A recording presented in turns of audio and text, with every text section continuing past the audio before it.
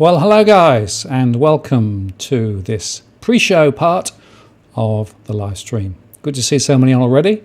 A few conversations going on in the chat, great to see. And we'll just give everybody just a little bit of a while to get ourselves sorted out. Time to rock and roll indeed. Yep, it's pretty interesting, a lot going on, a lot of data flying around, a lot of new data, which we'll explore a bit tonight. Also, it's a bit soon because some of the data from December is still to come, so we'll get some more data in the next few weeks. But nevertheless, plenty to talk about. And it's good to see so many on already, more than 100 on before we actually got started. So, you know, we're in pre-show mode at the moment. I'll just let this run for a moment or two. Andre says, stocks heading up. Everybody's gone insane. Yeah, well, you know, if you look at fundamental value, you've got real questions. But, of course, you have to remember that rates are really low. So that's part of the story, I guess. Yeah, please like, please share, please put your thumbs up and your thumbs down if you don't like it. It all helps to get attention for these particular shows that do normally quite well, even for those who don't watch the live stream but watch the recorded version. So anyway, I think everything's working. I've got the technology issues ironed out, I think. So we should be good to go in a minute. I'm just going to run this for one more minute longer, and then we're going to get into the main part of the show. Yes, I agree about the RBA intervening with regard to coal companies. Crazy. Basically, taxpayer once again is being lumbered to the benefit of private corporations. Doesn't seem very fair to me, but it's the way the cookie crumbles, as they say. Hi, Paul from near Tweed Heads. Good to see you on.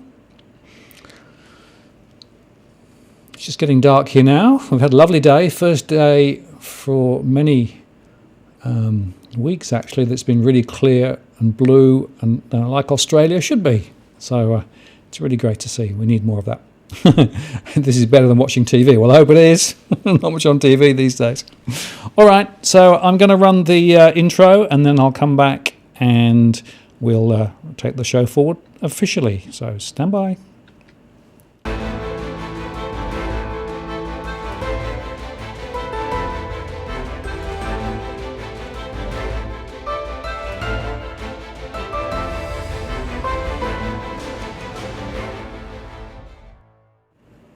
Well, good evening and welcome to the live stream event on the 21st of January 2020. I'm Martin North, the Principal of Digital Finance Analytics. Great to have you on board and really good to have so many people on. You know, many people are still away thanks to Christmas, New Year holidays and all the other things that have gone on. But nevertheless, we've got a good crowd mustered and hopefully we'll see a few more coming on as we proceed as well. So I won't spend too much time welcoming everybody now. We've had quite a few people on already and we've had a few conversations in the pre-show, so that's great. So what I'm going to do is to start the process in my normal way. So during this part of the presentation, which is just giving you some background information, some latest details, I'm not going to look very specifically at the chat. So if you've got specific questions for me, things you would like me to talk about, just hold off and I'll come back to the chat after I've done that. So I hope that that makes sense.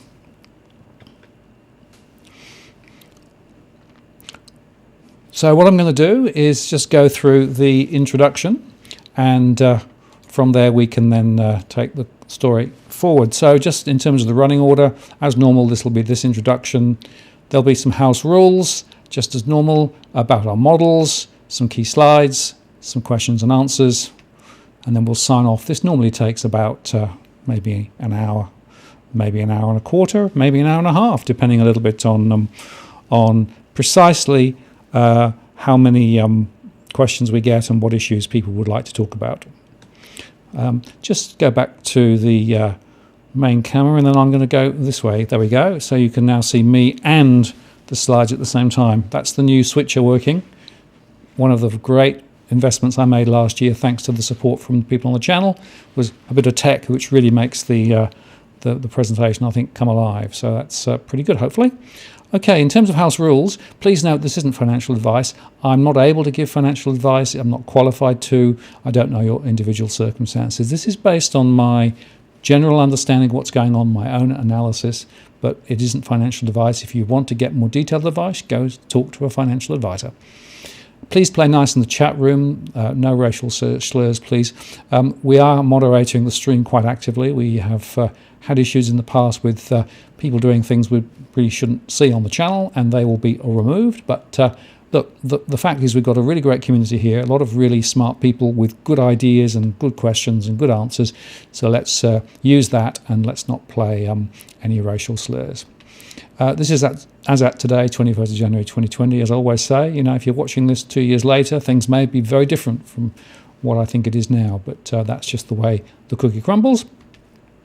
If you want to get my attention, please use @WalkTheWorld. There's lots of conversations going on the stream, many people there, many conversations going. I won't necessarily pick them all up, but if you use @WalkTheWorld, you'll be sure of getting my attention, and then I can give you my thoughts against your thoughts.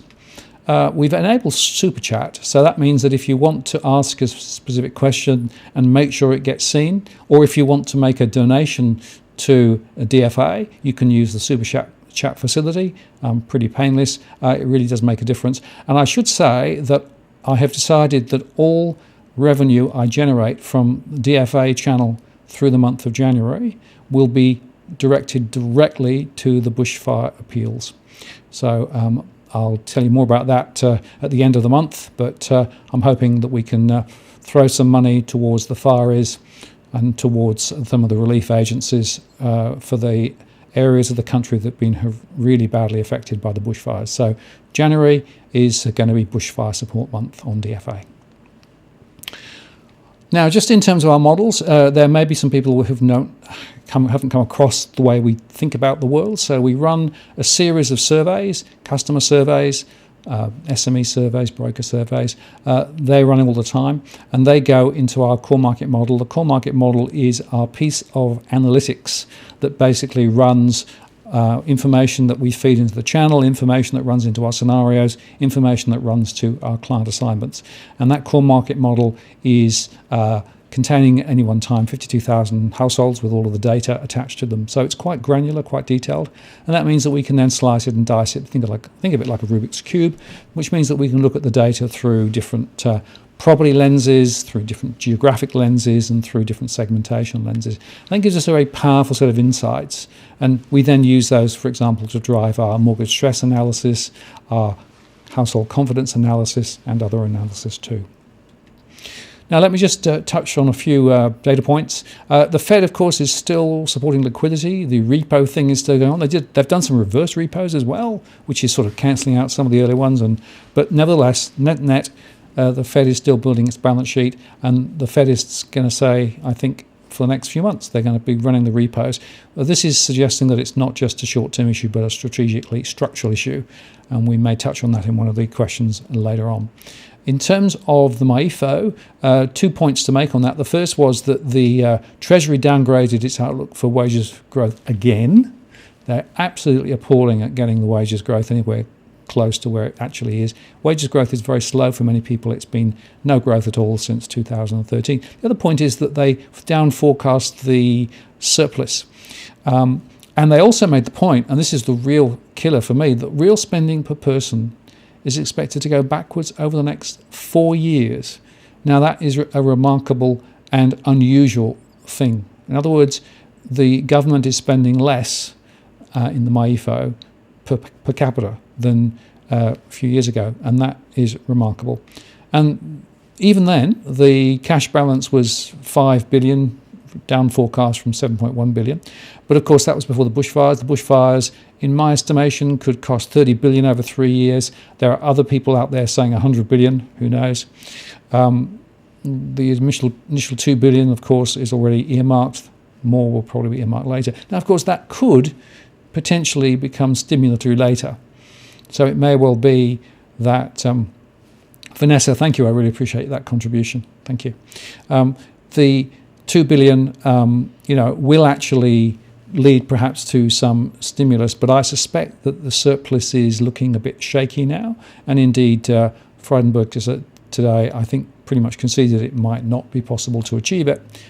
Too many unknowns, I think, to know for certain. There's too much of a repair job still to be done.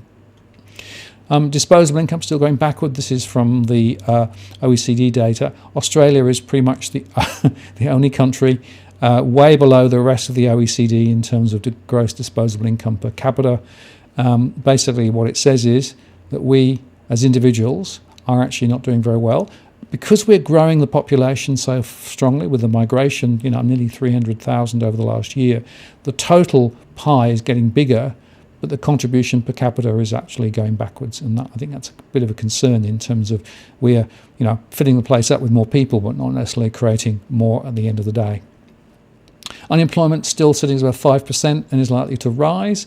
The latest Roy Morgan data, which came out very recently, showed that the ABS unemployment's at 13.5%, but their measure, which is an alternative measure, is at 18.6%. We have a lot of people with not enough work. We have a lot of people unemployed and underemployed, and that's going to be a very significant issue, I think, down the track. Mortgage stress, which I reported on a couple of weeks ago, is as high as it's ever been. It's now 32.7%, well over 1 million households.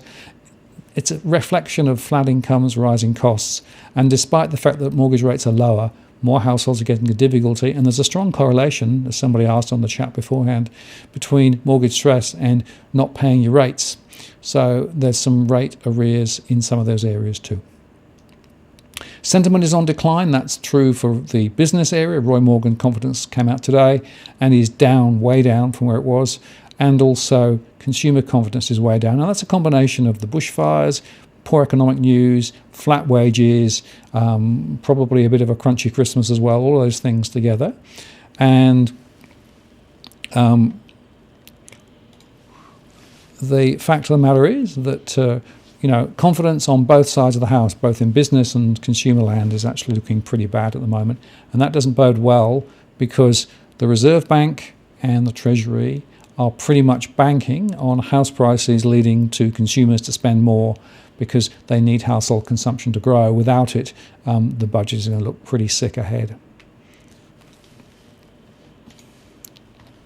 Building approvals and dwelling investments are still falling.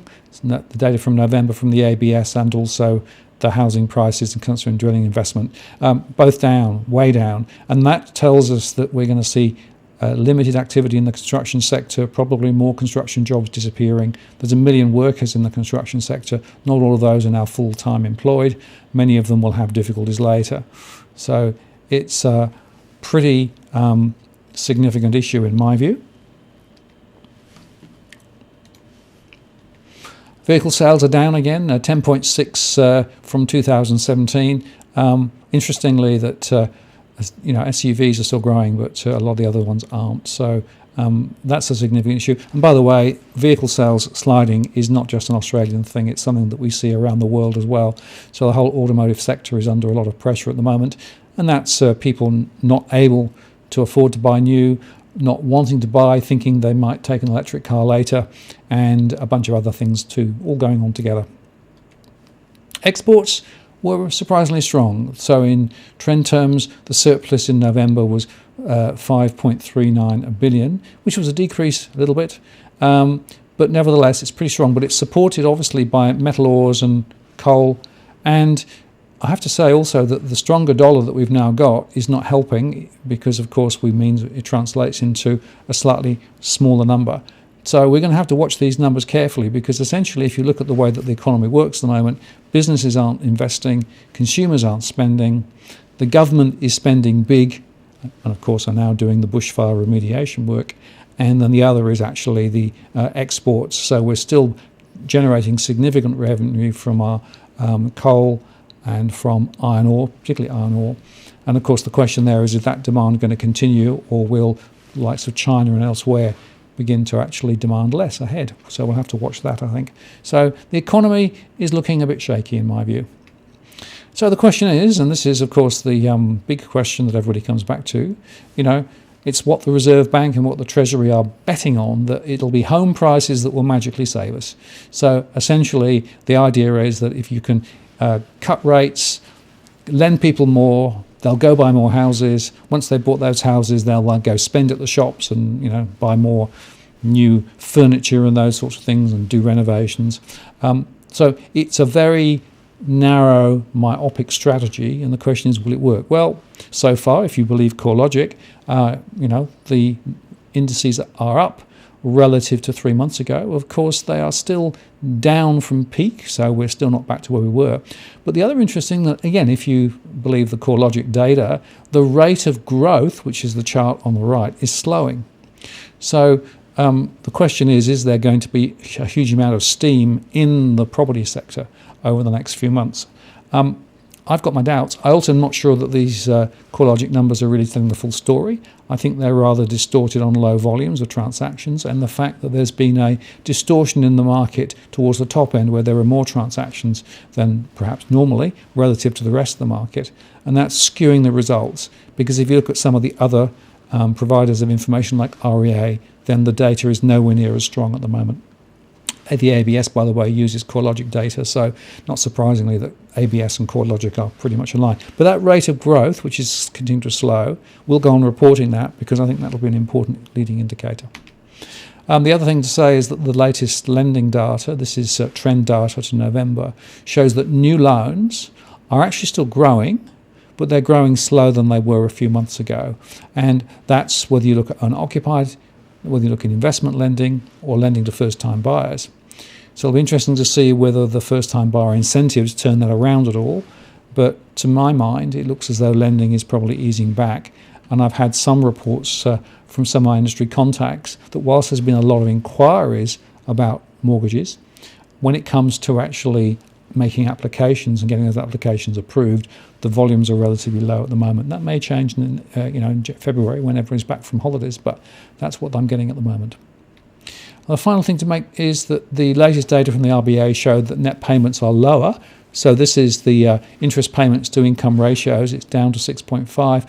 That's, of course, all households, so it doesn't necessarily tell you the full story. Now, that's a combination of low interest rates, but also it's a combination of many people paying down their mortgages because they're uncomfortable about the current situation. They're not sure about what's going to happen ahead. And all of the lending data is definitely skewed by the fact that people are paying down. So there was about 16 billion of tax refunds and other tax cuts. A good proportion of that was just put straight into repaying mortgages. And by the way, I think that's a very sensible thing to be doing. So there are many cautious households out there, many people who are preferring not to borrow more at the moment. And the other day I went through some of that in my household surveys if you want to look at it in more detail. Now, let me just talk about our scenarios briefly, and then I'll come to the questions and answers. So one of the things we do is to run our scenarios each month based on all the data that's come in, and I'll go through that now. Now, the scenarios is a way of looking at different futures. I'm not saying that any of those are going to be right. It's not a forecast. There are too many variables to make a clear forecast as to whether X or Y will happen.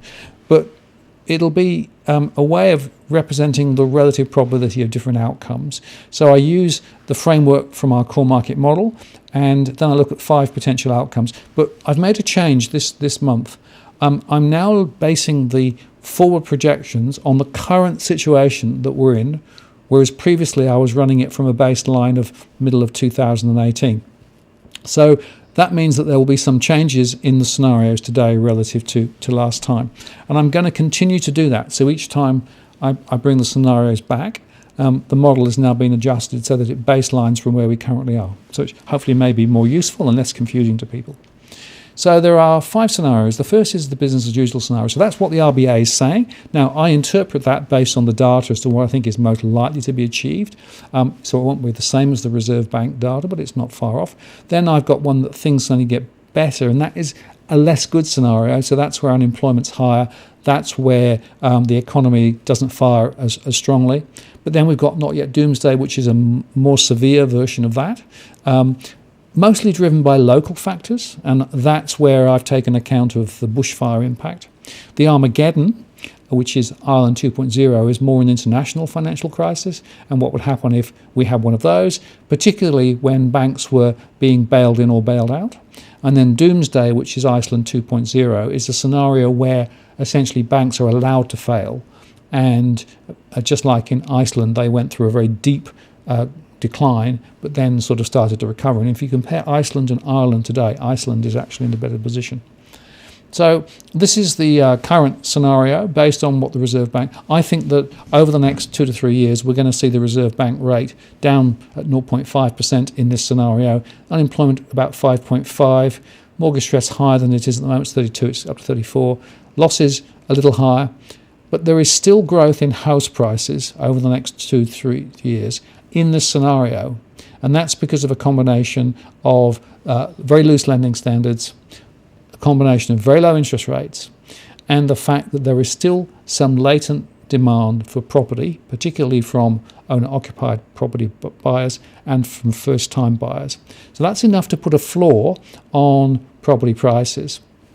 I've also included in this scenario negative interest rates. So I think that negative interest rates in consumer land, unlikely possibly, but negative interest rates in terms of central banks to the retail banks, definitely, and that will encourage the central banks will encourage retail banks to lend more, and that means that they'll be desperate to make those mortgages, and that means that we will see further easing of the credit rules.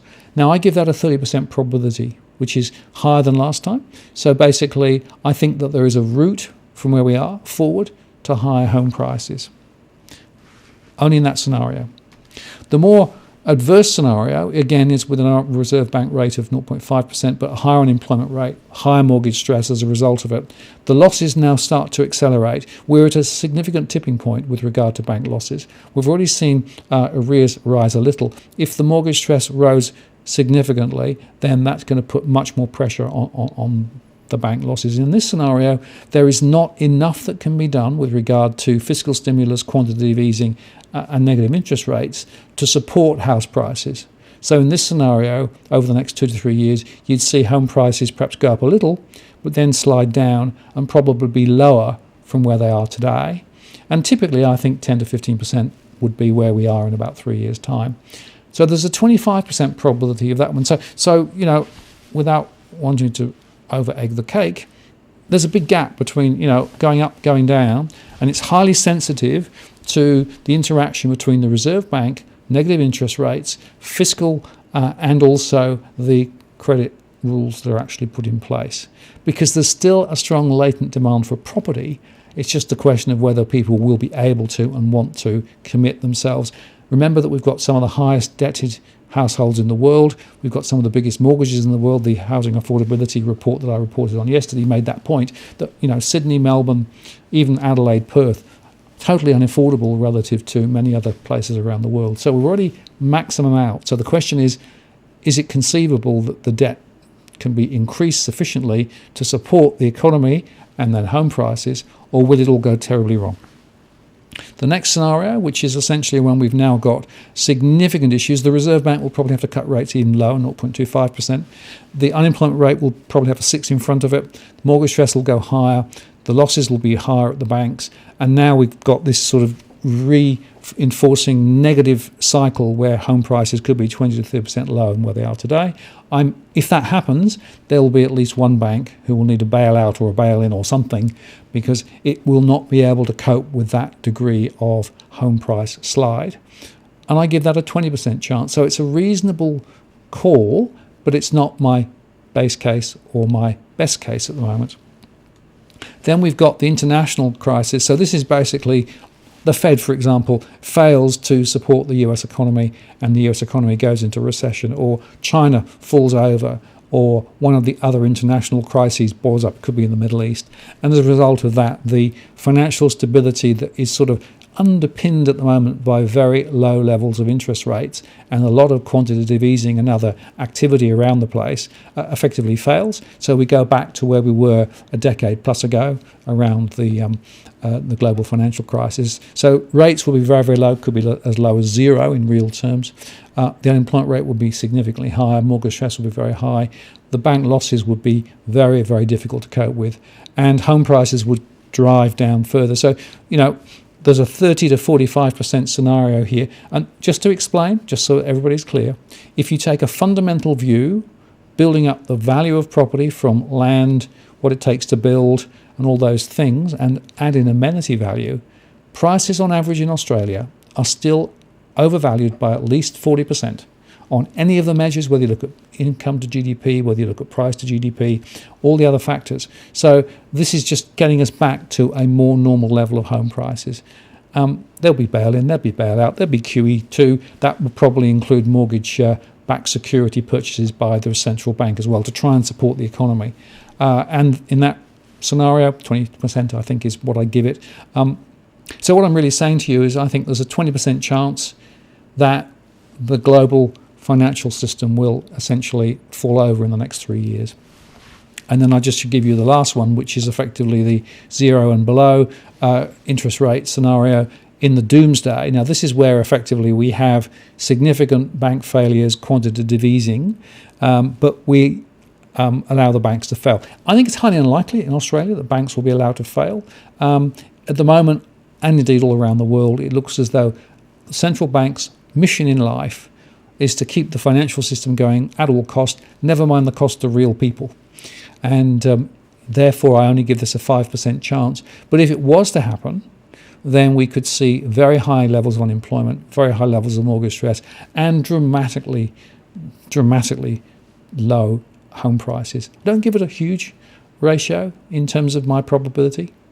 So you can see that in the round, more than half of the view is somewhere in those first two, and we're vacillating between those two as I take account of all the issues around the bushfires and the other information that's coming through. But at the moment, I see those scenarios probably the ones that are more likely to play out, rather than the international financial crisis ones, which are there firing in the background. But nevertheless, I don't think will necessarily come to the fore. But I have said, and I will continue to say, I think 2020 will be a very significant year. We will know more at the end of this year as to which of these scenarios is likely to play out.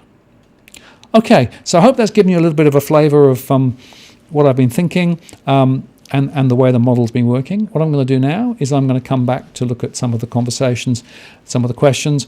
I've got a load of questions that I received earlier as well. I should say, just so you know, I get around 300 messages a day through the various channels, including a bunch of questions. So what I've tried to do in the questions that I've got preloaded is to sort of summarise some of the questions that I had many times, but I prefer to go with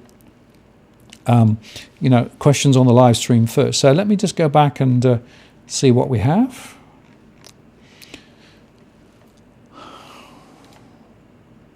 Okay. A lot of questions. So Andy asks, could the bushfire event be the black swan event? Well, there's no doubt in my mind that the bushfires is a very significant event. And look, I make no apologies for spending a bit of time over the last 3 or 4 weeks making posts on aspects of the bushfires. So there was a post that I made trying to estimate what the real costs could be. I come up with about 30 billion, and that's based on looking at what happened in Victoria a decade ago, which was about 1/6 to 1/8 the size of all the bushfires down the east coast. Remember, of course, the bushfires are still burning even now. But what I'm also interested in is things like the tourist dollar. So I'm doing some work at the moment to try and estimate the total tourist dollar. There's about 46 billion that's international tourism, and a bigger number, about 79 billion, relating to interstate and local tourism. Now, that includes tourism for education as well as holidays. So if you actually strip it back and then just look at the holiday dimension and then overlay which part of the country is being affected, directly, it's not a huge number. But indirectly, it may well be people choose not to come to Australia. They might go somewhere else, and all the pictures of Sydney and Melbourne and Canberra and other places with the smoke wouldn't help. So you can run some scenarios to say this could actually be quite significant. Of course, there's also significant investment now that the government's putting in, the $2 billion. Some of that money will flow directly into the local economies. Some of it will be probably invested in other ways. And of course, there's going to be a considerable claim to the insurance sector. We already know that many of the insurance companies will need to reactivate their reassurance arrangements. In other words, the first tranche of risks are taken by the insurers, but then the rest is actually shared internationally through the international insurance networks. That could actually, by the way, have an influence on the dollar as the money flows in. And we think that those numbers are going to be quite big as well. So in the Victorian event, of the 4.4 billion that was spent in total, then about 1 point something, more than $1 billion was actually underinsured. 1.4 billion, I think, was underinsured losses. So on that same ratio, we could see, maybe 10 billion of insured losses. That's a big number. That could have a real big impact. Also, of course, having a big impact on insurance premiums. I expect insurance premiums to go up substantially for everybody, not just in the bushfire areas. The other point to make is that many people who are insured will be underinsured or won't have full insurance or any insurance, and that's going to have a big deal. And of course, banks have first dibs on any insurance monies if there's a mortgage, so that could be another factor. So all of these things are quite complicated. And on the other side of it is, I think this has changed the atmospherics with regard to an understanding or a perception around the climate and how it's changing, the fact that it's very dynamic, much more dynamic than normal. We saw huge thunderstorms here the other day, massive hailstones, in other areas like in Canberra. There's just more dynamic stuff going on, and that's going to have a significant long-term negative impact. And indeed, the IMF and the World Economic Forum today made the comment that one of the biggest risks to growth in the future is the much more aggressive weather that we're getting. Now, whether that's created by man-made climate change or other factors, another debate for another day. But the net effect is that this could have a significant drain. And I keep saying to people, don't assume that these bushfires are a one-off event. We could be in the same boat next year and the year after. And so, yes, this could definitely be a significant trigger to significant negativity in terms of the economy, in my view. Okay, let's have another look. A few people from Perth come in. Hi, good to see you.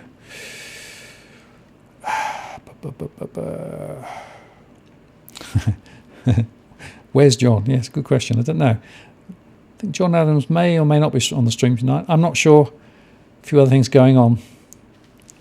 So gold, silver, cryptos, doomsday coming without a doubt. International risks will play a major role. Yeah, well, that's the point, right? So there is definitely, very interestingly, again, the IMF and the World Economic Forum have both called out the international context, and they talk about the trade situation. So I know that there's been a phase one trade agreement with China and the US, but it's very small beer really. Okay, they've agreed not to accelerate tariffs further, and China will spend $200 million in the US, which by the way may mean that they will use some of that money in the US rather than, say, in Australia. But they haven't solved the fundamental issues. And of course, there are other trade issues going on around the place. I think, though, it is linked directly to the Fed and the repo situation and the fact that the Fed's having to pump more in. Now, I don't think the Fed will lift rates.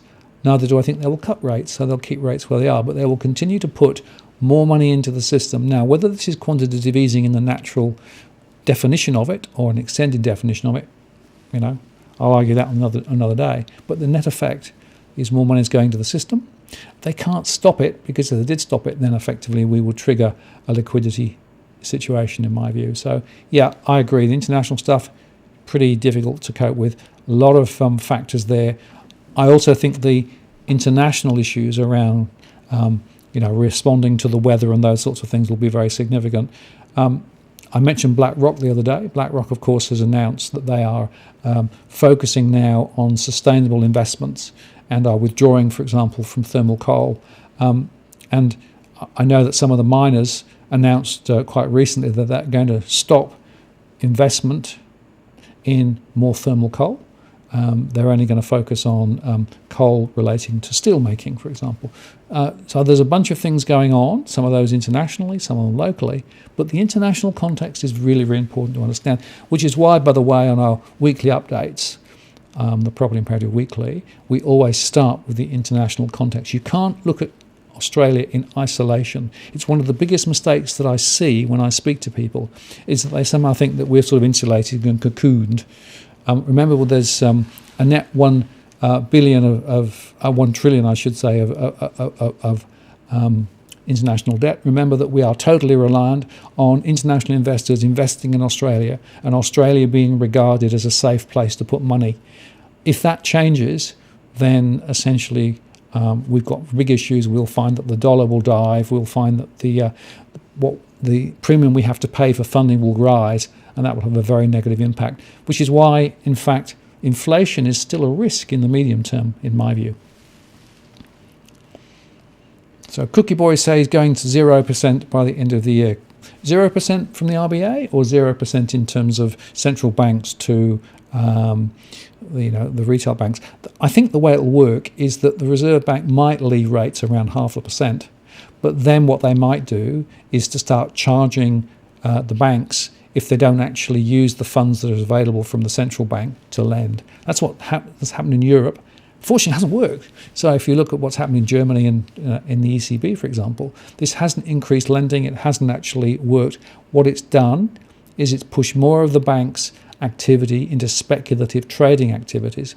And interestingly, Goldman Sachs reported last week the centre of growth was trading revenue. So that's derivatives and those things. Those are really risky things. So this isn't necessarily going to lead, in my mind, to smarter lending, and that's a problem. So Biber says, are negative interest rates contagious due to the effect of exchange rates on exports? If the EU does, then it pushes other countries towards negative rates. Yeah, well, you're right. So that's a really important point. So yeah, there is a race to the bottom, right? Because you can't effectively move too far out of the range. Otherwise, as you say, the exchange rates gets messed up. And so the race to the bottom in terms of negative rates is actually a real risk. Now, it's interesting that the EU is currently reviewing their monetary policy and their negative rate policy. And you may have noticed that the German 10-year Bund has actually moved up. It's not quite in positive territory, but it's close to. What's fascinating to me is that there was a huge amount of bonds issued, particularly in Europe, with effectively no coupon over a long period of time. And they were taken up by a lot of banking sector operators and hedge funds because they believed that they would have certainty over, say, 20, 30 years, right? But half of that is now out the money because basically as interest rates rise, then the bond price drops. And so I have a theory that one of the reasons why we've got all of these issues with the Fed and repos is that we've got a lot of people sitting on bonds that are actually in negative territory, which means that when they come to market, that's a big loss to them. So I think that's a big deal.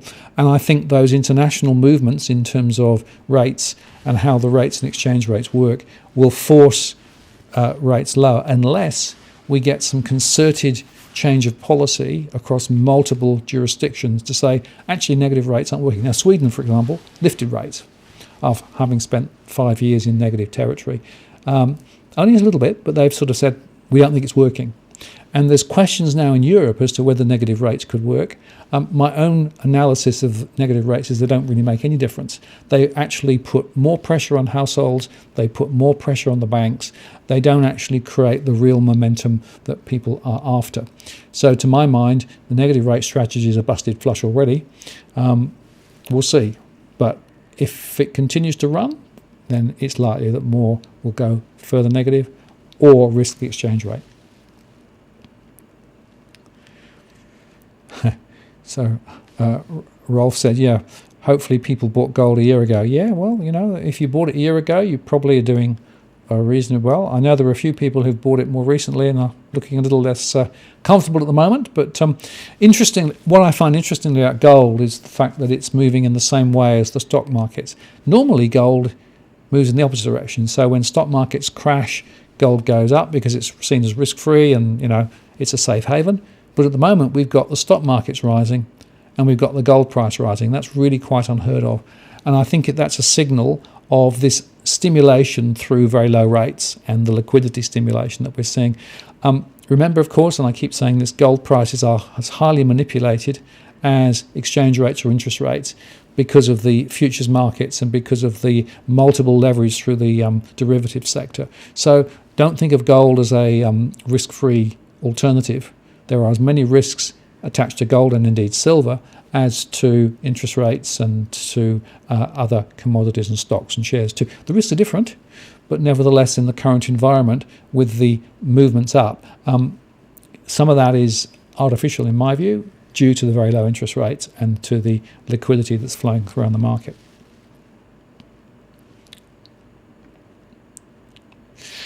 Yeah. So Kiwi Andy says, any sudden change upward in the rates and boom. Yep, you're right. If rates were to move up, and there are situations where you might have to lift rates. So, for example, the exchange rate dropped dramatically, and I'm still thinking the exchange rate will be closer to 60 than 70 in the next 2 or 3 years. If it goes further south than that, then rates might need to be lifted. Remember, we also risk importing inflation as well, and that's another factor which people need to bear in mind. Okay, what else have we got?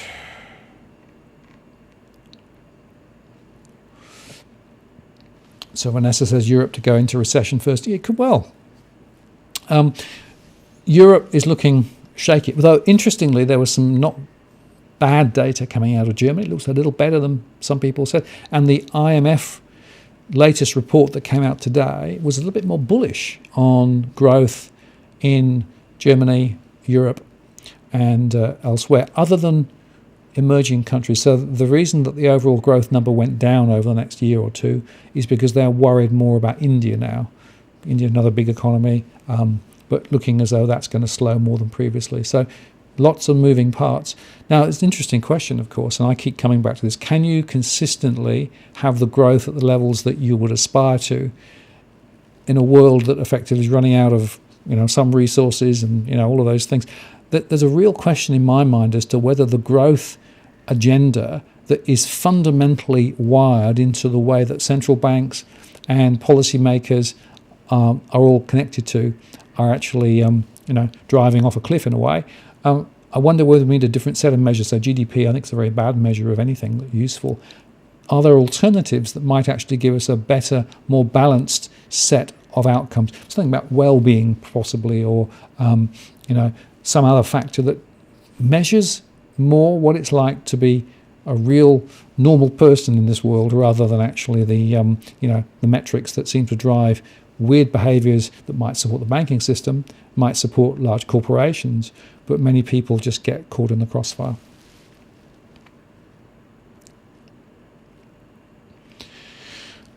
Okay, let me just... Okay, very good question from Skynet. Do you know the percentage of zombie companies on the ASX? Yeah, very good question, that. So what we do know is that there are many companies who are able to borrow at very low interest rates because rates are so low. And many companies are doing two things. Firstly, what they're doing is using those funds, those cheap funds, to buy back shares to lift their prices, the prices on the market. So they look as though they're doing well because the share prices have gone up. Really, really significant in the US. So one of the reasons why prices are so high in the US is because of massive amounts of buybacks. But the other is that stops capital flowing to the companies that want to invest and should be investing. So effectively you end up with a series of companies that aren't able to really thrive and survive. Now, I've done a bit of analysis on this, not all of it.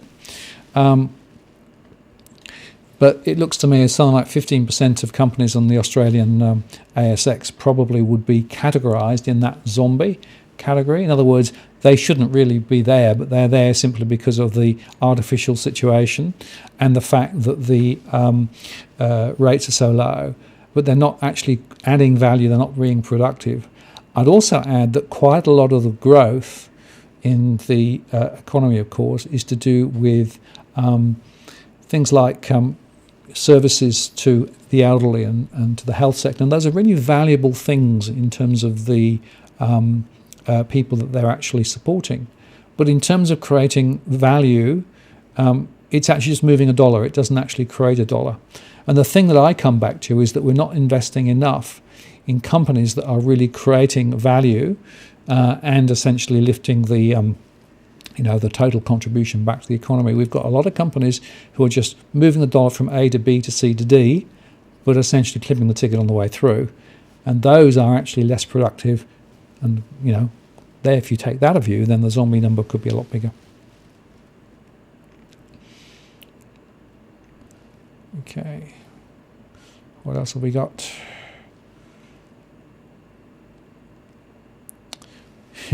So Sydney Chemtrails talking about money printing will blow up. Yeah, there'll be a lot of that. It's the simple, logical thing if you're a central banker to say, well, we'll just print a bit more. Nobody seems to mind. We'll just create the the illusion of wealth. But the illusion of wealth is not the same as wealth. So what happens when you print money? Everything gets devalued. So the value of things may be going up in terms of the number of zeros, but the real value is going down, and that's what tends to happen. So we've seen that. So you might think home prices are going up, but they're not really in an absolute sense. In fact, if you look at what proportion of income is required to service a house today relative to 10, 15, 20 years ago, it's a lot higher now. It tells you something. It's not real value. It's just an artificially inflated number. So because of that, they'll go on doing that until they basically run out of steam, and then it all goes terribly wrong.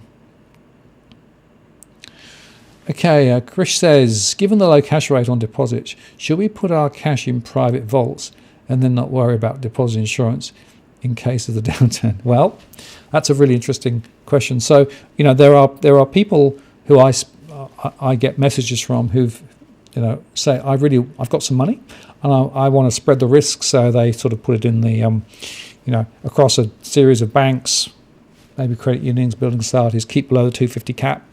And in the normal course of business, that will at least give you some certainty, although, of course, you get very, very low interest rates. Trouble is, it doesn't necessarily deal with the bail-in scenario, and John Adams and I have been running a series of shows on interest of the people relating to bail-in. Deposit bail-in is real. It may not happen, but it could happen. And if it does happen, essentially we could see some of those deposits then nicked and basically used to support the banks. It's clear in New Zealand, it's clear in other places, it's as clear as mud here in Australia. But bail-in is not necessarily something to sort of completely ignore. So then what do? Do you pull money out of the banks and hold it in cash? Well, if you look at Japan, that's exactly what they did. So in Japan, most people started buying safes, pulling money out and holding it. And in fact, it's something like 25% of all the notes are actually in circulation. The rest of it's being held by people at the moment in Australia, according to recent research that was done, which suggests that there are already people hoarding notes. And one of the things you might well see is the Reserve Bank reducing the supply of large notes to try and sort of stop this. Now, you've got to link this to the cash ban, right? So one of the things, of course, that people need to wake up to is that the cash ban would make illegal movements over $10,000 initially between companies.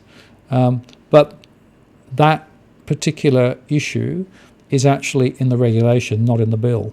So they could change the regulation and then suddenly you couldn't pull money out or in the bank above 10 grand. So you've got to think about, in a really bad scenario, is that something that could happen? Well, it happened in Greece, where effectively people couldn't get money out of the bank. They could only take a small amount out on an ongoing basis, and they were bailed in. So those sorts of scenarios that are thought about. So then, do you then forego any value on those notes? Do you then store them somewhere? Well, some people may choose to do that. Of course, you don't get any growth in the value. So if inflation runs away, then effectively your value is eroded. So other people will say, well, I'll go into gold. And like I said, gold is an alternative. But the thing about gold, again, is that it has the same characteristics as many other speculative assets, insofar that there is a huge derivatives market connected to it. So the price is not actually connected to the underlying directly, and therefore you could see the price manipulated up or manipulated down. So you're not necessarily isolating all the risks and exposures. So if you decide to just take the money out of the system and hold on to it, the Reserve Bank won't be very pleased, because they actually want you to spend that money rather than hoard it. One of the reasons why in the negative interest rate environment, they might make it difficult to pull money in and out the bank, because they don't want people hoarding it, they want people spending it. Now, I have the view that if I've got money, it should be my choice as to whether I spend it or whether I don't spend it, and where I put it in the bank or whether I put it somewhere else. But if they basically close in and stop us doing X, Y, and Z, understand the rationale. It's to try and force people to spend. Why? Because they need that spending to support the economy. And that's the underlying logic, which I fear is driving a lot of the behaviour of the central banks around the world. Okay. Yeah, the new SARS, Vanessa, interesting question there. Difficult to know whether it's really going to have a significant impact. It's too soon. But there are models out there where they actually take account of an international pandemic, and that can knock a significant amount of stuffing out of the global economy. So it's another risk to add to the list, I fear. Okay, let's have a look. What else have we got? Okay, I'm just going to go quickly and have a look at some of the other questions that I had beforehand, because there were some really good ones here. So Chris asked about bail-ins for the Bank of Cyprus, where 47.5% of deposits above 100,000 euros were actually bailed in. So given that, can you comment on whether you feel higher deposit holders in Australia are at greater risk than lower deposit holders? Yep, I think they are. So my view is that if they did do some sort of bail-in process in Australia, they may well allow the first tranche not to be bailed in, but higher tranches definitely. Don't know where the limit would be, but I think that's quite likely. And you're right about the reason they might do that. Firstly, of course, it reduces the number of people hit. So from a reputational perspective, it might only be 10% of people holding large deposits. So if you're holding small deposits, then no issues, which simply means that from an election point of view, it wouldn't necessarily have a significant impact. Because if you took everybody's deposits, then you've got 3 million people in Australia who would be extremely annoyed and may well vote you out next time. So I think there's that political lens to think about. The other interesting question is, which you sort of go on to talk about, is the fact that the deposits,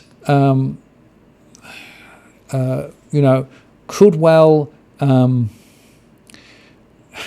be a bit of a linchpin in terms of the political environment. So if in fact people did have deposits nicked, it could actually reduce the trust and all of those things. I think this is a big issue, and so it becomes a bit of a tussle between the trust and the individuals and how it all plays out. I don't know. I'm not sure how it will necessarily all work, but that's sort of my thoughts on that. So, Chris, just to answer the rest of your question, taking from those who are more affluent could be politically less damaging than taking from all citizens with deposits in the bank. Correct. And it's potentially a much wider audience. Yep, correct. And he went on to say, can't get enough of your videos. The unbiased, data-driven, critical analysis is such a breath of air, fresh air. Chris, I appreciate that. Thank you so much. I really do take that on board, and I do appreciate it. Okay, Joe. Interesting. Joe asked, wondered if Joe Wilkes was coming back anytime soon. Missing the more detailed coverage of New Zealand, though thanks for covering the main points in your general posts. What is your view of the New Zealand market given the strong rises even in Auckland? Yeah, I connected with Joe today. Not sure whether he's on the stream or not, but we might well be able to get Joe to come back. He's been really, really busy, so that's the reason why he hasn't made any posts. But I'm still trying to twist his arm to come back. I know there are a lot of people who really like his insights. We have tried to cover New Zealand through our other posts. There was one yesterday which looked at affordability in New Zealand. At the weekend, in my interest of the people, weekly post. Sorry, in my Saturday post, the property imperative, I did look at particularly in the New Zealand data, because of course the data there in New Zealand is remarkably strong. 3 point something % rise in Auckland. In New Zealand, what we're seeing is simply that the low rates and the loosening of credit standards has really created this.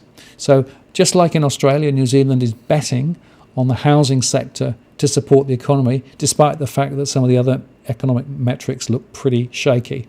So wanted to more on New Zealand. We'll try and cover more either with Joe, or if Joe's unable to come and help me, I'll try and do some of it myself, because I think New Zealand and Australia are really interesting comparable markets. They're the same but different in many ways.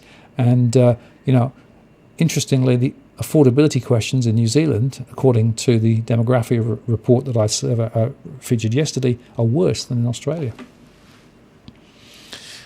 Okay, I'm just going to do another question here.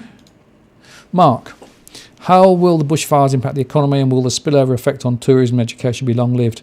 The estimates of the impact vary significantly.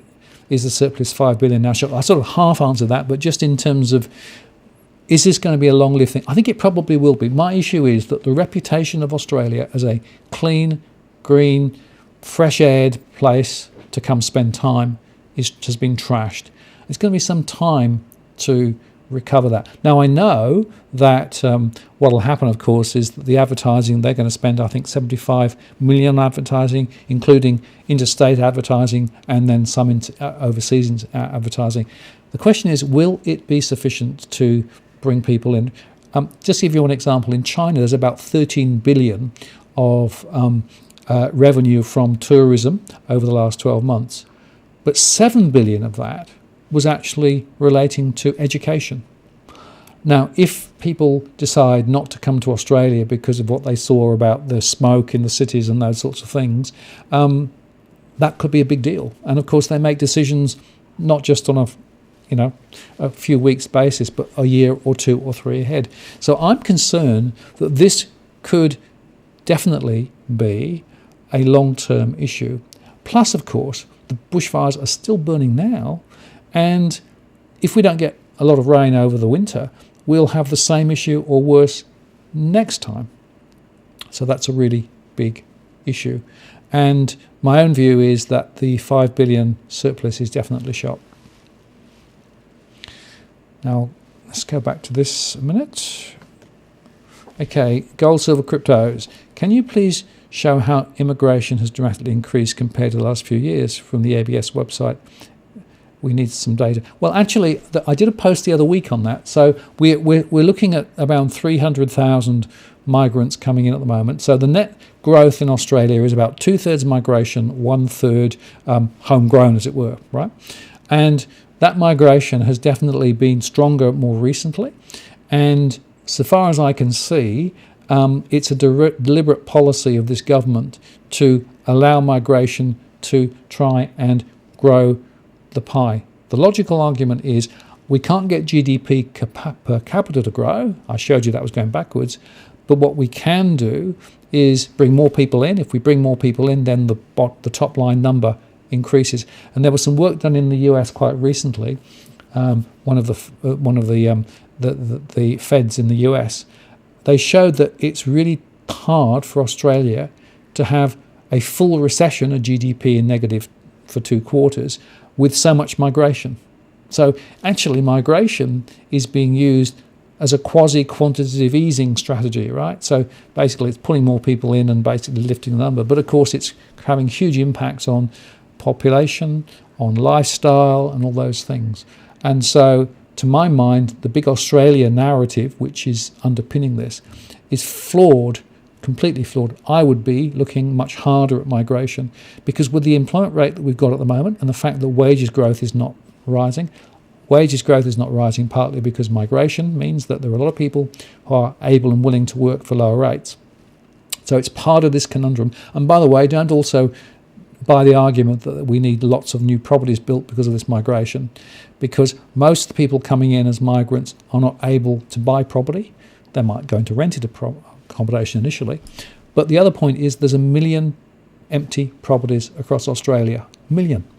And so essentially there's more than enough already built we don't need to build more stuff. And that's another of those myths that's been peddled by some of the spruikers and some of the developers.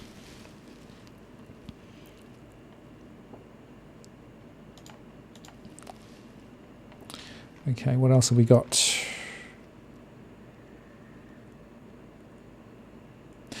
Adrian says, what is your take on land versus housing versus units?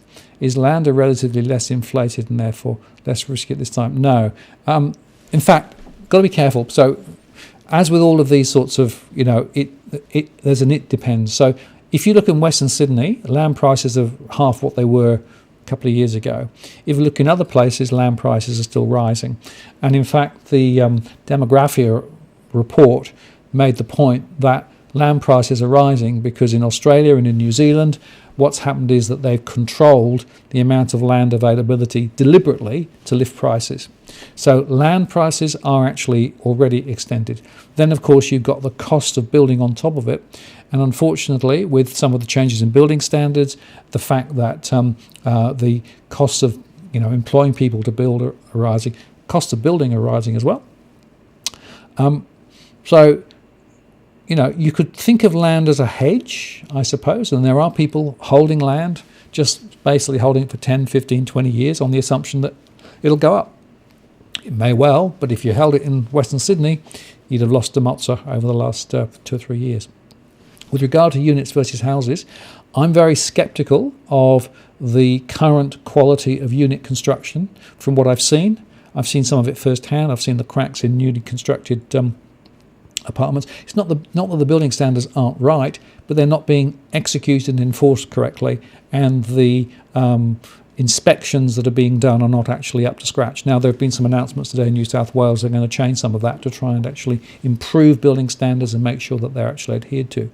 But we've got 20 years of poor construction of units in not just New South Wales, but in most of the centres across Australia. So that's a big deal.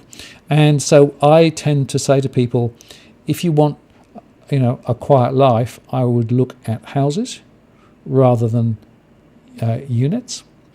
I also think that it's important where you buy, because essentially we know that there are lots of these cheap built houses with low standards on the new estates around the urban fringe. Some of those have lost significant value. Look over in Perth, we've seen prices drop 30%. I can show you other places in Melbourne and Sydney and Brisbane where prices are also falling. Closer in, prices are higher, more demand, less supply. And that's one of the reasons why we're seeing quite a lot of interest in houses closer into Sydney and closer into Melbourne at the moment. So that'll be a factor, I think, which will be quite important, seeing it. So I think be very careful. Also, do the work locally. So wherever you decide to look, get local information. Don't just rely on these averages. So the CoreLogic average for Sydney is meaningless when it comes to looking at information down at a granular level. I know that prices are very different in different suburbs and different types of property. So it's important to get really granular to really make a decision. Right. So Slow Broking says, do you see the Aussie dollar continue to be weaker? I think it's very likely. So, the Aussie dollar was up at 70. We've been at 67, 68, up to 17, down again. But that's more to do with what the US dollar is doing. So the US dollar is extremely strong at the moment, and the economic information that's coming out of the US is pretty good. So the consumers were spending more, the inflation was a little better, the jobs numbers were a little better. That improved the US dollar. So if the US dollar remains strong, then the chances are that the Aussie dollar will continue to slide. And then you've got the local negative impacts on the fact that our GDP number will probably be weak again. I think the bushfires will have an impact on that. Rates being cut further probably at some point will all have that negative impact. So my modelling over the next 2 or 3 years is that the Aussie will be lower towards 60 rather than higher towards 70 or above. There's another reason, and that is that effectively that would give the Reserve Bank the ability to import inflation, and that would perhaps help them with their 2 to 3% target. Plus, of course, it would actually increase the value of money coming in for the exports that we ship out, so that would actually help the balance of payments as well. So there's a bunch of reasons why I think it's quite likely that the Reserve Bank would be more comfortable with a lower exchange rate. Of course, there are some consequences of that, and the risk is that at some point confidence might get destroyed, in which case hyperinflation would sort of follow, and that could take us into a rather uncomfortable territory. So there's some parameters around how far you can take the currency. Okay, what else have we got? Okay, this is from Vincent. We're seeing big brands like Jeans West, Bordeaux, EB Games going out of business. Is this related to mortgage stress? What are you seeing in the data? Yep. So there's three things to say about this. Firstly, a lot of the retailers that are essentially going out of business are in the clothing sector, and a lot of those are being replaced by online purchasing. And some of the big international, firms are selling here. So there's an international online aspect. The second is that consumers, particularly those consumers in some financial difficulty, so there's 1 million plus in mortgage stress, there are many others who are also struggling, don't have the money to spend, so they're being much more cautious about what they spend their money on and when they spend it. So there's a couple of little things going on in the data. The first is that people are spending less, but when they spend, they might spend something a little more on something which is going to last longer. So the concept of, buy it and wear it once and throw it away or pass it on has gone. So that's the second point. The third point is that the retailers that are actually reported, which are these big chains, are missing the point. I'm seeing thousands and thousands of small retailers, individual shops also closing. So, for example, in my local area, we've now lost 3 in the last 4 months. And they were people selling fruit and vegetables, kitchen items, and household items, right? So it wasn't in the fashion sector, it was actually sort of more down-to-earth stuff. None of those were able to survive, and the reason they couldn't survive is that there wasn't enough people coming in on a regular basis. Some of that, again, is to do with online, but online is only, a small percentage, sort of 7 or 8% of all transactions, so it's not like it's the whole story. So I think that's part of it. The other part I want to highlight, and it's the other thing that comes from my surveys, is that one of the other killers is actually the costs of running a shop, particularly around business rates.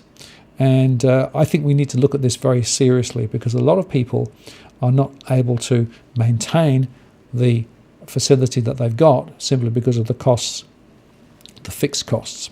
So I think we need to look at that.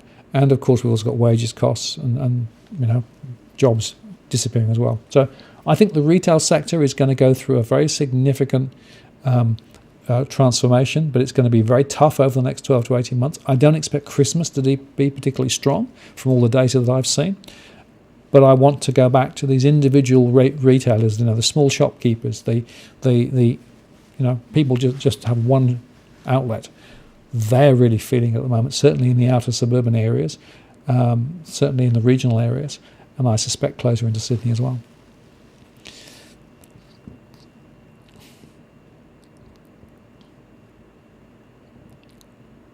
Okay, interesting question from Ecclesia. I can't necessarily pronounce that. ECCLUSIARCH, Ecclesia, or something.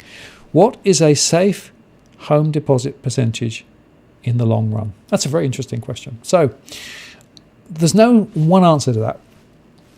In the good old days when I used to lend, I used to say 20% is a really good target. 2 reasons. One is, if you get below 20%, you essentially don't have to pay lenders, mortgage insurers, which costs a lot of money. Secondly, it demonstrates that you have a capacity to save, and that's really important, because it's the discipline of saving that actually, you need to learn, so that when you have a property, you can continue to look after it and also maintain your finances. And the third point is that that 20% gives you a bit of leeway if indeed property prices fall. Now, just to be clear, property prices can fall a lot further than 20%. In the UK, I lost nearly 30% of the value of my property there when we had a crash. So, but 20% is a reasonable sector to go for. Now, of course, the government scheme is saying, oh, you just need 5%. I'm very worried about that, because I think people will go into buying a property too soon. They won't have the discipline of saving. And the problem, of course, is that gap between the 80% and the 95% is effectively a government guarantee, effectively. So the government's on the hook if prices fall. One reason, by the way, why they'll probably want to keep prices up. But I think that 5% is too low. It doesn't give you much in the way of wriggle room. But remember this, whether it's 20% or 5%, if prices fall, you lose first. So you lose your deposit before the bank loses anything on the mortgage. That's the way it works. So leverage on the way up, fine, but leverage also on the way down negatively. So 20% is what I'd shoot for.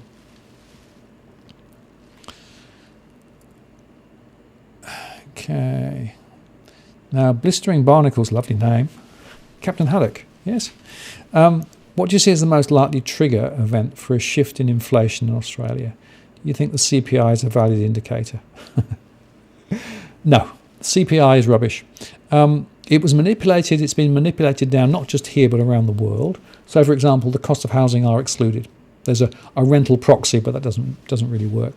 A lot of other things have also been taken down. So, for example, there's this idea of equivalence. So, if you buy a car today, the car today has got lots of tech that the car in 10 years ago didn't have. So therefore it's not like to like. So basically you make some adjustments for that equivalence. Those things mean that CPI is understated dramatically. I think in real terms the CPI is at least double the top level number that is quoted in the official statistics. That's one of the reasons why I'm being very frustrated, because of course if the CPI is not 1 point something, but it's 3 point something, which is what I think it is, then in fact it's above the RBA target rather than below the RBA target. So they shouldn't be taking rates lower to try and encourage more people to spend. Basically, we're in a different scenario. So I think the CPI number is rubbish. It's rubbish in the US as well. It's a bit of a confection that allows the central banks to drive rates lower than they probably should. And the trouble is that, with so many factors being removed, like the housing costs, it just bears little relation to real life. And, when I survey households, I keep coming up with the same data point, that the real costs of just day-to-day living are significantly higher. And it's true whether you've got a mortgage or whether you haven't. It's true whether you're older or younger. So CPI is way off. And the trouble is that if the exchange rate drops, we might see CPI rising because of it, so we import inflation. That's not going to help. Okay, now this is a very interesting one. Can you explain the economic emergency clause that all banks have in the fine print? So there's a few things to say there. I just recorded today a post with John Adams for the Interest of the People channel, where we go into detail on the fine print of deposits. And basically, in the last year or so, there have been some weasel words put in that basically gives the banks way more flexibility in how they actually deal with telling you about your deposits and changes to the terms and conditions. It gives them the ability to basically wash their hands if they need to do things because, APRA says jump, or indeed because of their own risks relating to credit or other things. So there's a bunch of issues in those terms and conditions. Now, the interesting question, of course, is how many people have read their terms and conditions? I bet you haven't. So make a note. Go and read your terms and conditions. I mean, they are very, very unfriendly, very un-user-friendly, but look for the ones that talk about in the event of X. It could be in the event of a liquidity situation or a credit situation. There are clauses now which basically gives the banks a lot more flexibility and basically says you can't sue us if these events happen. So worth reading. Now, Rodney's asked, are CDIA bank accounts? You have to tell me what CDIA is, Rodney. I'm not sure I know. So Vanessa's talking about energies distorted by government subsidies. Too right. Mining sector, massive subsidies. And guess who doesn't pay much tax? It's pretty disgraceful. We have an economy that's stacked. It's stacked to the benefit of big business. It's stacked by those in power to support certain sectors of the economy at the expense of we taxpayers. And I think I made the point in one of my other shows that if you look over the time, the proportion of tax paid by corporates coming down, the proportion of tax paid by us has gone up. And that's a problem. So, yeah, there's some big questions there about the structure and the equity in that. It's not very fair.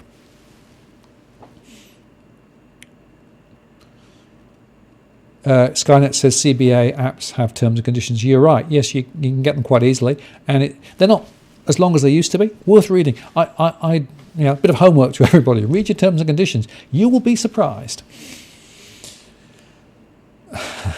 Australian population could be 1 billion, says End the Resistance. Well, we have the land mass for it, right? But we don't have the infrastructure. We haven't got the planning. We haven't actually thought about big Australia. That's the problem. We're still muddling along. Look at the water. Look at the water issues. We don't have enough water. We don't recycle water, all those things. There's no long-term strategic planning for the country, and that's a real problem. So we muddle from issue to issue.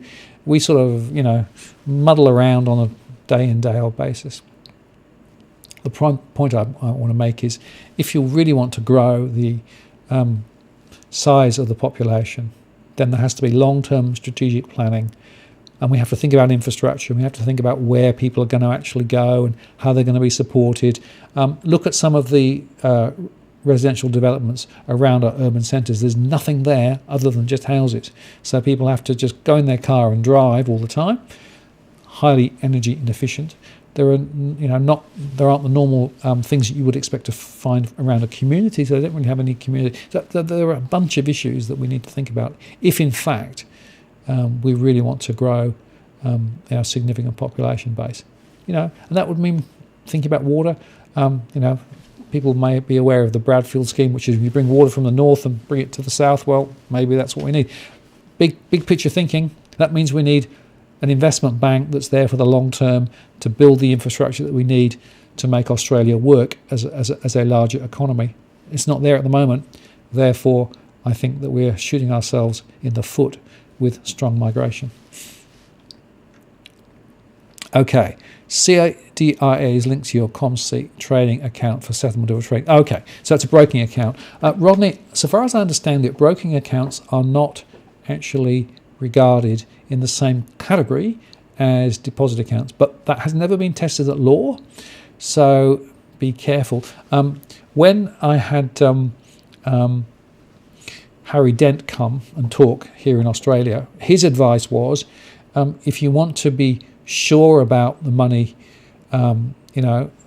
broking accounts from organisations that do not have a banking licence as well, so ComC might not be a good example, is actually quite a good way to go. Now, I've never found out whether there are any in Australia, but that might be worth exploring, because basically they would not be seen as deposits because they're not ADIs. I think an account that's linked to an ADI will be more problematic and might actually be caught.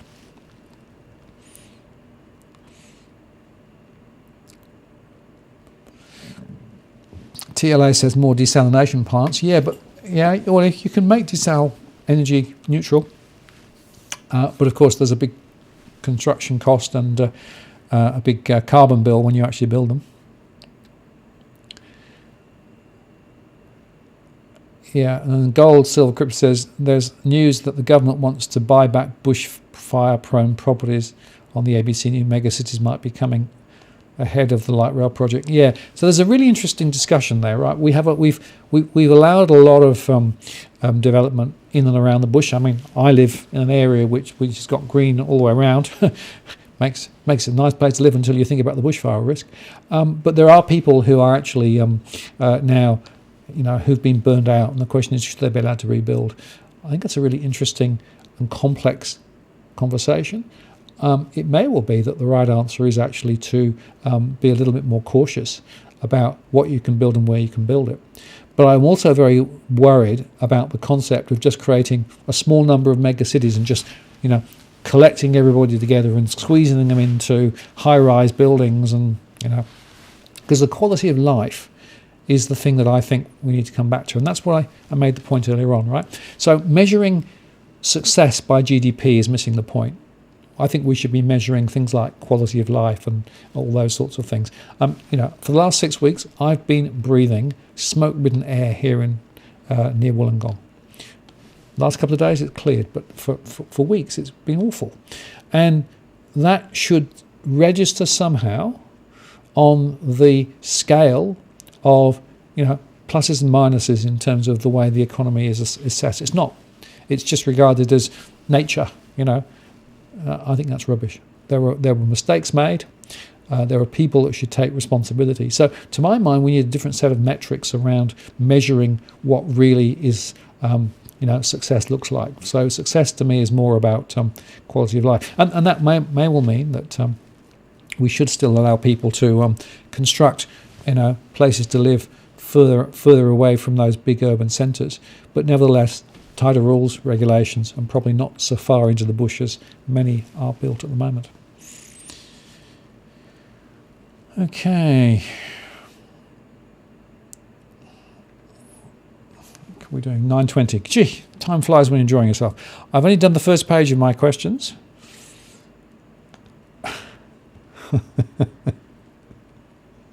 Very good from Golden Shickles. They call them smart cities because if you call them gulags, they could not sell them. Yeah, very, very good point.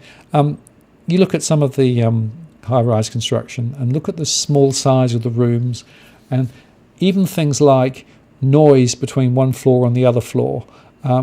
It's horrendous. I mean, some of the places that I've visited quite recently have been modern, but the noise one floor to the next floor is something you wouldn't find in an older style of development. So I think it's a big deal.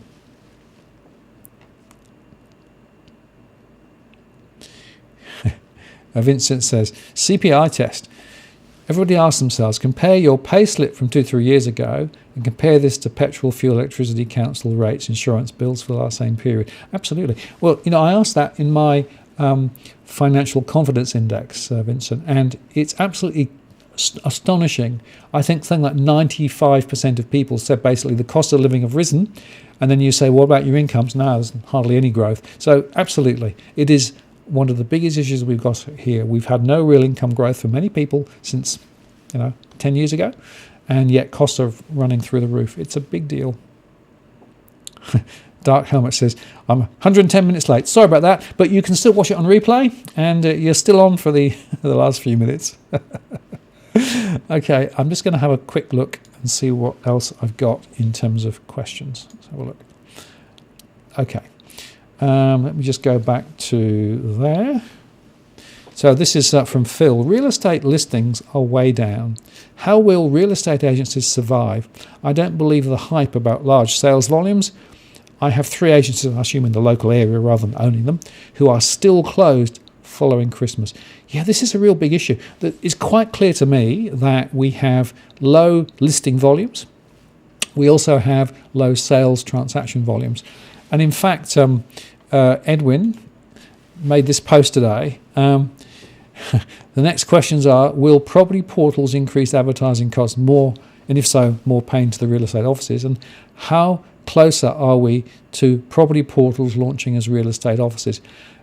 Almost 50% down on sales listings, out of revenues. So the point there is that we have a significant issue in the real estate sector. There are many real estate agents who are not actually selling enough. They are actually reliant on maybe managing rentals, but of course rentals are actually a bit under pressure as well.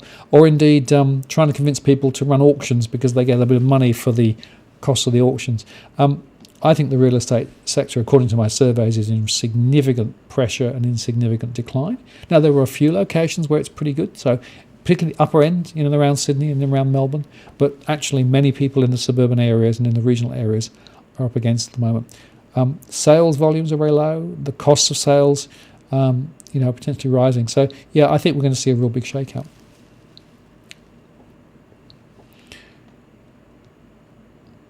Now, Johnny asks, if you've paid off your home mortgage, is it a good idea to get back the titles from the bank or just leave it in their hands? Well, so there's 2 points. The first is that if you ever thought you want another mortgage, you've already gone through half the process, but they'll still have to go through the same process again. My own position is that getting the mortgage off. Of course, it's an electronic title these days, so you don't get physical documents. But my own view is, why would you have the bank on your deeds if you don't actually have any liability?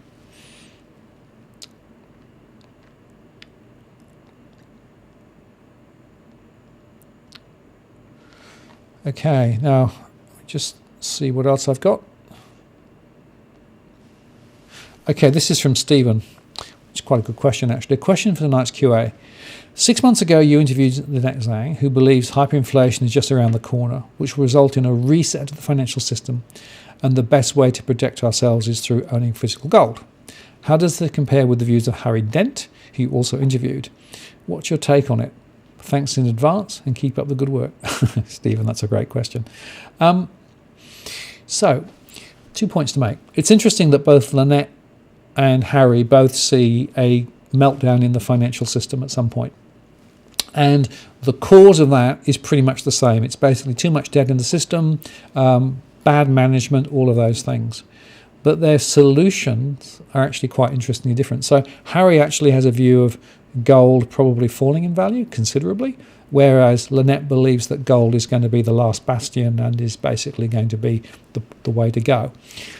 So there's 2 ways to pair this apart. Firstly, I showed you in my scenarios, I am not somebody who's in the doomsday camp with regard to the total financial system, right? If you look at those probabilities, a lot of the issues that I spoke about were local issues rather than global issues. So, yeah, there's a significant chance that the Fed could go wrong, Europe could go wrong, China could go wrong. But nevertheless, it's not, to my mind, an absolute certainty. So that's the first point. The second is then, is gold really as good as some people say? Well, I've made the point earlier on. Gold, of course, is linked to the derivatives as well as the underlying. It's multiple derivatives relative to the underlying. And therefore, the value of gold is highly manipulated. You've got many large operators, including investment banks and other people, manipulating the price of gold. So don't assume that gold is somehow the silver bullet, the risk-free alternative. It's not. Gold does have certain characteristics, but one of them is you can't do anything with it, right? You've got to sell it if you want to actually convert it to something which is valuable to go buy carrots at the shop, right? Imagine taking a gold bar in and trying to buy a load of carrots. So you've always got the conversion issues. Harry's view is that we will see a correction, and it will be a big one, but it won't necessarily be straight away. And he talks about the fact that we could well see more run-ups and then sort of going sideways, more run-ups, going sideways, but at some point it will drop. And when it drops, it will drop significantly, and it will drop a long, long way.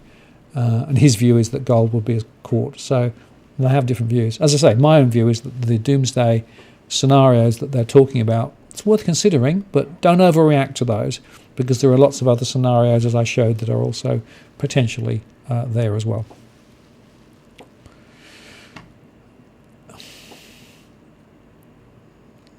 Yeah, and Megan says they print money out of nothing. It won't completely crash. It'll be a controlled recession. They still want to keep control. I think that's right.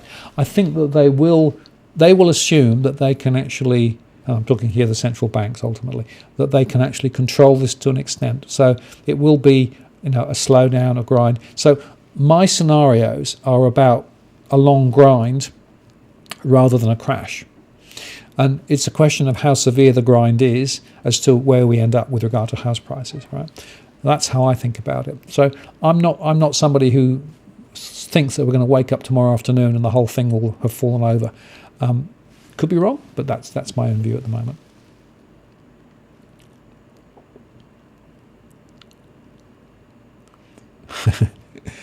So Rolf said, send me some of your worthless gold. Yeah, very good. Now, Jamie says, what alternatives do we have to the banks? Well, it depends what you want from the bank, right? So if in fact getting a mortgage, you can get a mortgage from credit unions, building societies. I basically say to people, have you looked at credit unions and building societies? A lot of them are actually offering better rates, they've got better service and a better reputation, and they're not so motivated by profits relative to the big guys. So I tend to look at those. The non-banks, some of them offer mortgages, but of course the point is that the rates they offer are often quite a lot higher. With regard to holding money, so if you've got money deposits, you put them in the bank, risk of bail-in, maybe. Broking accounts is what Harry Dent talks about as the best alternative, particularly for the short term.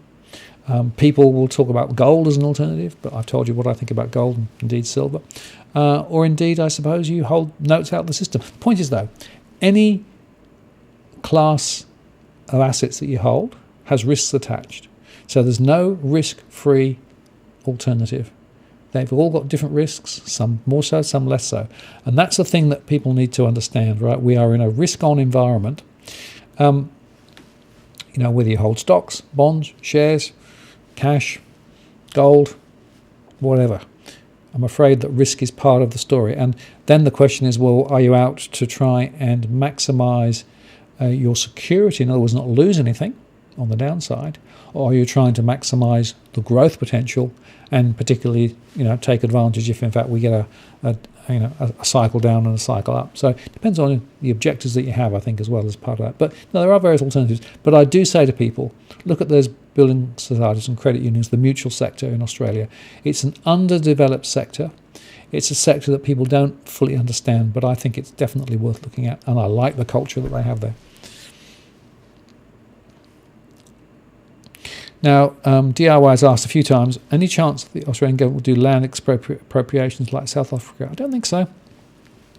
There's been some issues with, Aboriginal land and land deals and those sorts of things.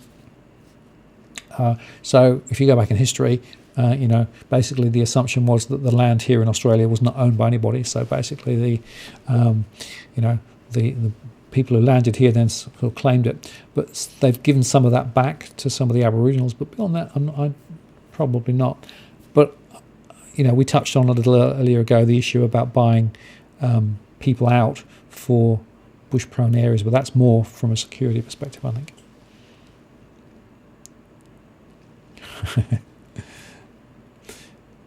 Gold, silver, crypto says, I never swerve at anybody who loves cash like Cookie Boy. At this rate, I'm going to start supporting the cash ban. Very good. Now, just on the cash ban, before I finish, it's 9:31. You may have noticed that I put a post out today on the DFA channel, and that is a 5-minute video with the best bits from the hearings that happened on the 12th of December. There's another hearing on the 30th of January in Sydney. That's now confirmed. You can get the details off the site. I believe that a good number of people will be there to hear the evidence. And, if you're in and around the area, go and join the party. It'll be an interesting conversation. It'll also show that we're serious about trying to resist the cash ban, because this thing is all about removing civil liberties and stopping us doing things that we can do today. So if you've not seen my post tonight, earlier on today, I used the 5-minute piece that Robbie Barwick from the CC put together. It's just the snapshots from the hearing when basically all of the witnesses couldn't answer the questions and showed that there's no basis for the cash ban. There's no rationale behind it. The 10K was just a number plucked out of the air. It's ridiculous. So just a little thought. All right. Well, I've got to 9:32 and I've only done half my questions, but I think that's probably about as much as I can do. Cookie Boy says Trump wins the next election. Dow will go to 35,000. It will. I'm sure. Watch for Trump's tax Mark II. I'm sure we're going to see more tax cuts in and around the election cycle. I don't think he'll get impeached, by the way. That'll just be a sideshow. All right. Megan says, can I mirror the video? Yes, you can. Yeah, all the links are there, so feel free. Spread it as widely as you can. That 5-minute video, the idea is, what we want to do, this is to do with the cash ban again, we want to get all of the senators and all of the members of parliament to watch this 5 minutes, because it is just so shameful. So spread the word any way you like, the more the merrier. All right, so I think that's pretty much it. So let me just do the closing remarks. I'll have to come back with some of these questions. I'll do a separate show and just cover them separately. There's some really good questions, but I just can't do it all. Okay, so just in terms of, if you want more information about DFA and what we do, our blog contains a load of information. We post every day. All of the links and supporting evidence and information for all the posts are actually on the DFA blog. So you might want to sign up. You can also get alerts directly from the DFA blog. We also go via Twitter as well. So that's worth bearing in mind. You can support our work. So one of the things that I say is that we don't do this because we're trying to make money out of it. We don't make any money out of the DFA stuff. We do appreciate, though, those who support us. It helps us to make great content. We've got plans to take the channel further and do a bunch of other things. We've got lots of new other interviews planned and things like that. So if you want to support us regularly, the Patreon opportunities there are various tiers that you can actually subscribe to, and you get access to some specific and special extra content depending on the tier that you go for. Or via PayPal if you want to make a one-off donation. The PayPal facility is there. That's used by a few people. Thank you for those who actually have supported us either via Patreon or via PayPal. It makes a hell of a difference to us to be able to do what we do, and it really is appreciated. And we also do Bitcoin. I had a lot of people say do Bitcoin. Hasn't really turned out to be a huge money spinner, but nevertheless it's there if people want to use the facility. It's there. Just in terms of top hits, the housing affordability sucks post from yesterday. That's the demographic one. If you've not seen it, watch that. That tells you a lot about where we are relative to other people in other countries. The cash countdown, again, going through the evidence from that 12th of December hearing and what you can do. I did a post on the first-time buyer deposit scheme, which was very well received. I think that people need to be really cautious about the first buyer scheme. There's some warnings in that video. I did a big post on the real cost of the bushfires, where I tried to estimate what it was really going to cost. And I think that's an important post because of the economic impacts. The reason I'm focusing on the bushfires and the climate-related issues is because I think this is a really important issue for Australia, and this is a wake-up call in my mind. But it also has massive economic impact directly on us, and could actually be one of the most significant events, I think, in the next 20 or 30 years. I've also got various other posts. So there's a Sensible Centre conversation I had with Tara Brooker, journalist. Tara and I have had a few conversations about sort of the intersection between finance, politics and economics. It's been quite interesting. And of course, John Adams and I continue to make shows on the Interest of the People channel. Our last one was Deposit Insurance is no protection against bank bail-in risk, and that's to do with the deposit bail-in. There's another post coming in the next couple of days on that channel relating specifically to the terms and conditions. I had a question tonight on that, where we take those terms and conditions into more detail. And I think that's pretty much it. Okay, so I want to say thank you very much for your time tonight. It really has been great to have so many people on. Pretty appreciate it. Please like the show. Please share it. It's really important that we get some of these messages out. We'll be doing another show in February. We do it on the third Tuesday because that's when the Reserve Bank minutes come out. So we'll cover the same sort of issues, but we'll also look at the latest data and also be happy to answer any questions on any dimension that you want to explore. I always put an alert out a few days earlier so that you can send me questions beforehand so I can research if necessary. So I want to say thank you very much for your time tonight. Really appreciated it. Have a good evening. Wish you the very best for 2020. It's going to be a really interesting year. I hope that you stay safe. The bushfires don't come near you, and those who actually have been impacted by the bushfires, I hope you are recuperating and recovering well. and stay safe, and keep an eye on those indices, keep an eye on our posts. We'll try and keep you up to date with what's going on. A lot of data coming over the next few weeks, and we'll be able to cover a lot of it on the channel. So this is Martin North from Digital Finance Analytics saying thanks for watching, and we'll see you again next time.